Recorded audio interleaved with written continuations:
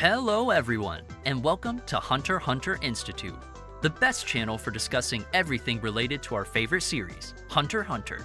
For today's topic, we have the Zoldyck family's chief butler, Goto. Although he somehow looks like a delinquent, he's actually a very experienced butler. Goto uses polite words during conversations and would occasionally show his kindness, especially towards his masters. Although he is loyal towards the whole Zoldyck family, we see in the series that he values and loves Killua like how a real parent would.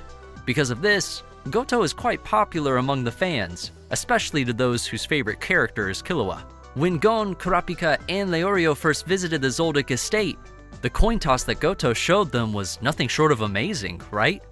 In this video, let's talk about Goto, his personality, and his nen abilities. For the fun part, let's do some speculation. Is Goto still actually alive? Did he survive Hisoka's attack?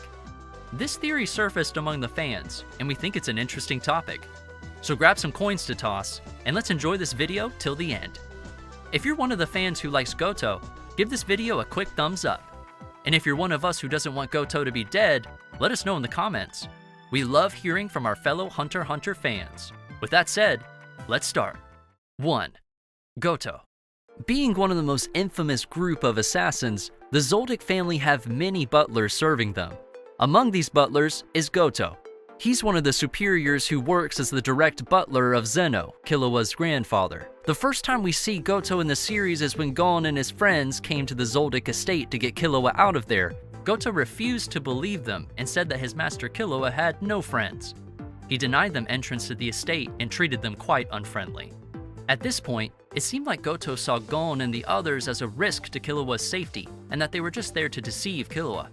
As the viewers, we know that Gon, Kurapika, and Leorio were definitely not that kind of people, so it was frustrating to see how Goto kept stopping them from seeing Killua. Were you one of the fans who didn't really like Goto during this part of the series? After proving that they really wanted to get their friend back, with Gon even ending up having his body covered in bruises, Goto finally realized that they were sincere about being Killua's friends. As a final test of their sincerity, Goto challenges Gon with a game of coin toss. During this game, Goto revealed to them his real feelings. He told them just how much he hated them for trying to take Killua away from the Zoldyck estate. Gon and the others were then being told during the game that Canary, one of the butlers, had been taken hostage. If they lose the coin toss game, she would be killed. It was quite obvious at this point that he was threatening them to back out. With how he gave this game a dangerous vibe, not many of us were impressed by Goto at the time, right?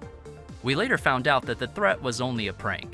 Goto explained with a smile that he was just testing the three of them. Around the end of their meeting, Goto finally acknowledged Gon, Kurapika, and Leorio's friendship with Killua. Killua finally entered the scene, and Goto politely bowed to him. We all see at this point that Goto was a butler who sincerely worried for Killua. From a cold-hearted butler who hated Gon and his friends, to a kind one who actually cared for his master. Many of his fans ended up liking this gap in Goto's character, right? 2. Personality.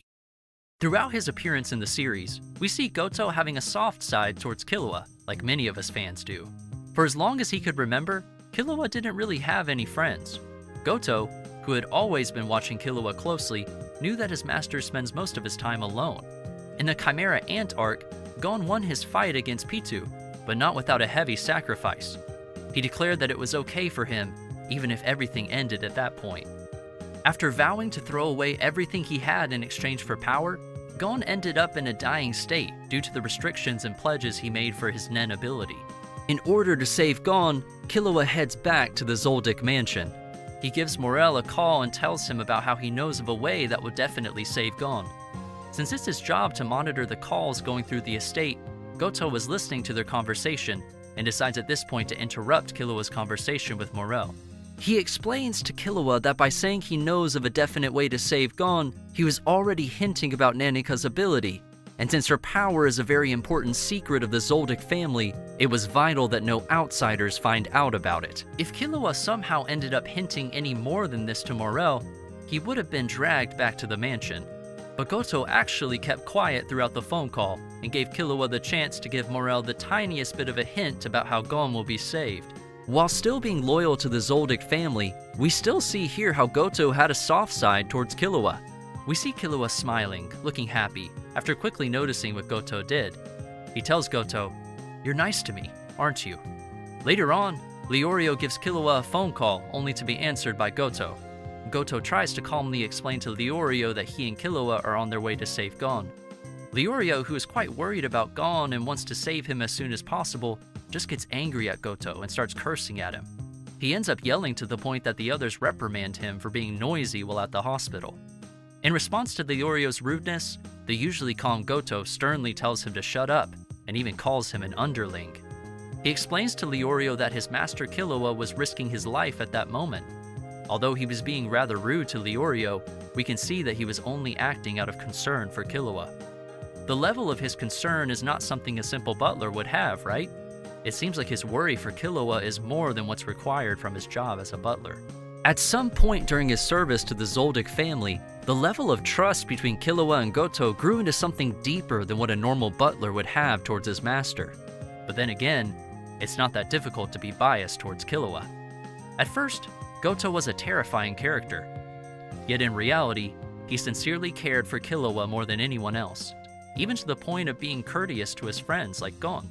Did you also start seeing Goto in a more positive light after this? 3. Nen ability. Goto's Nen ability allows him to flip a coin with his finger and then shoot it like a bullet. While on the car with Killua and the others on their way to Gon, they get ambushed by some people who are being manipulated by Illumi. This ends up with their car falling off the cliff and crashing down.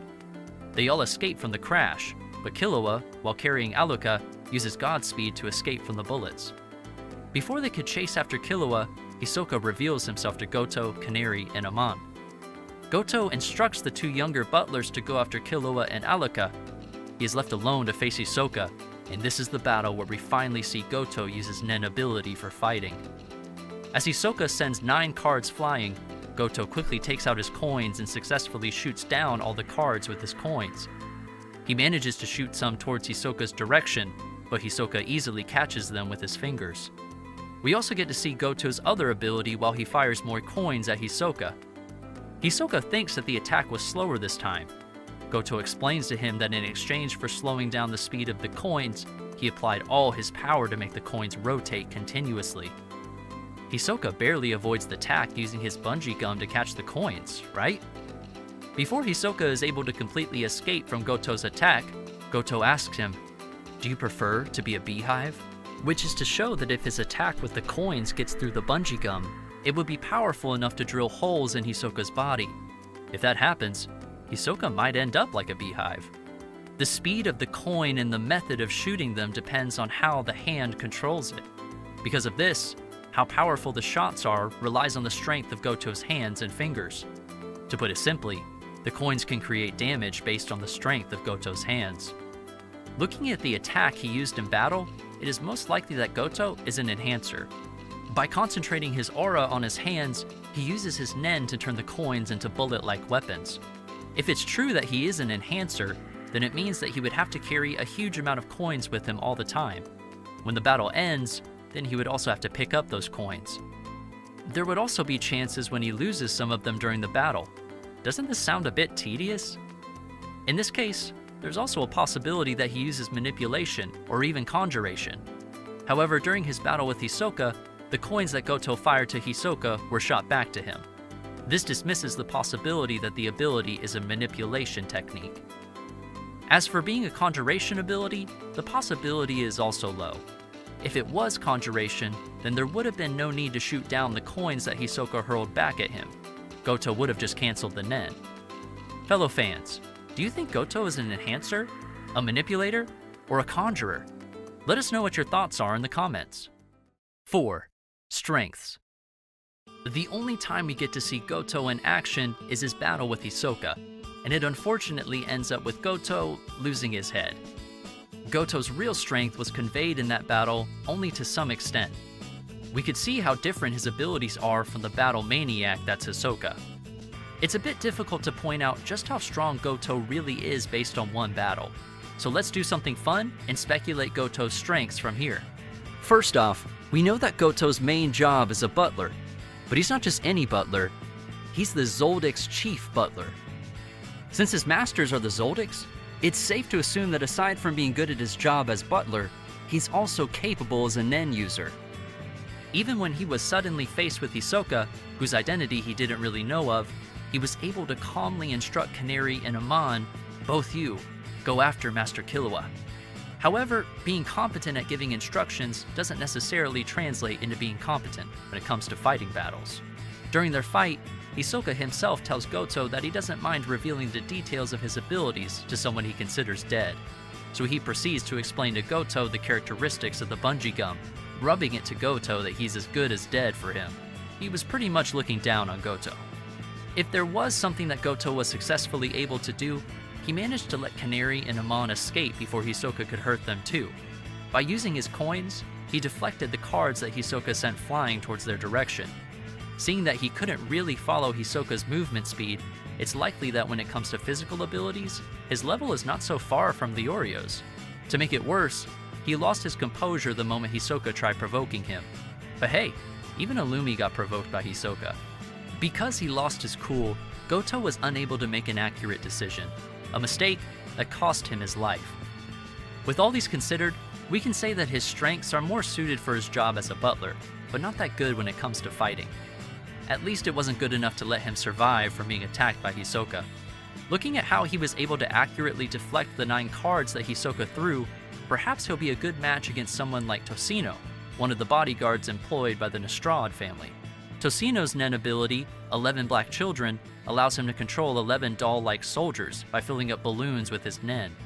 With how accurate Goto's shooting skills are, he probably wouldn't have any problems winning over these dolls. 5. Theory that Goto survived.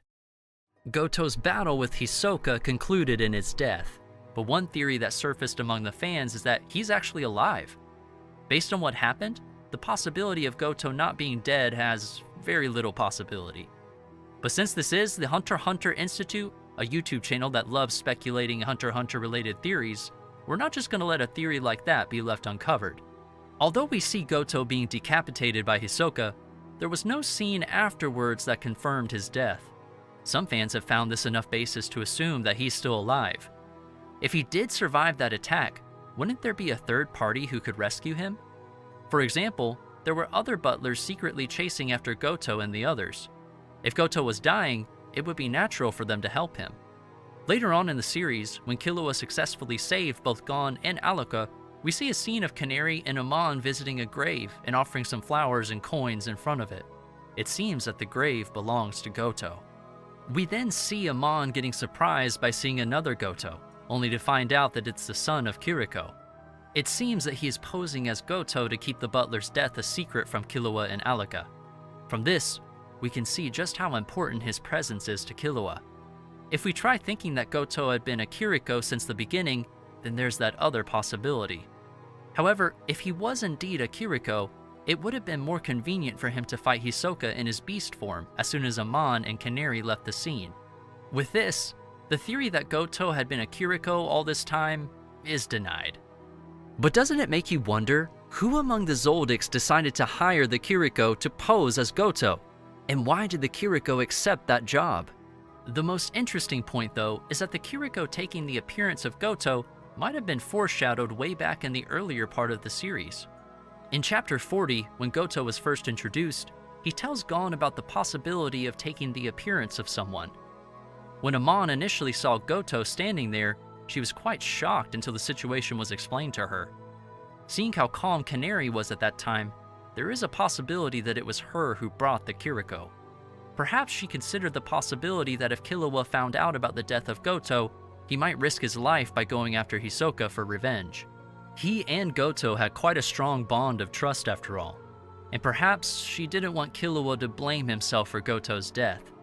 When Canary gestured to Amon about how this was a secret, doesn't this mean that she was asking for Amon's cooperation to conceal Goto's death from Killua?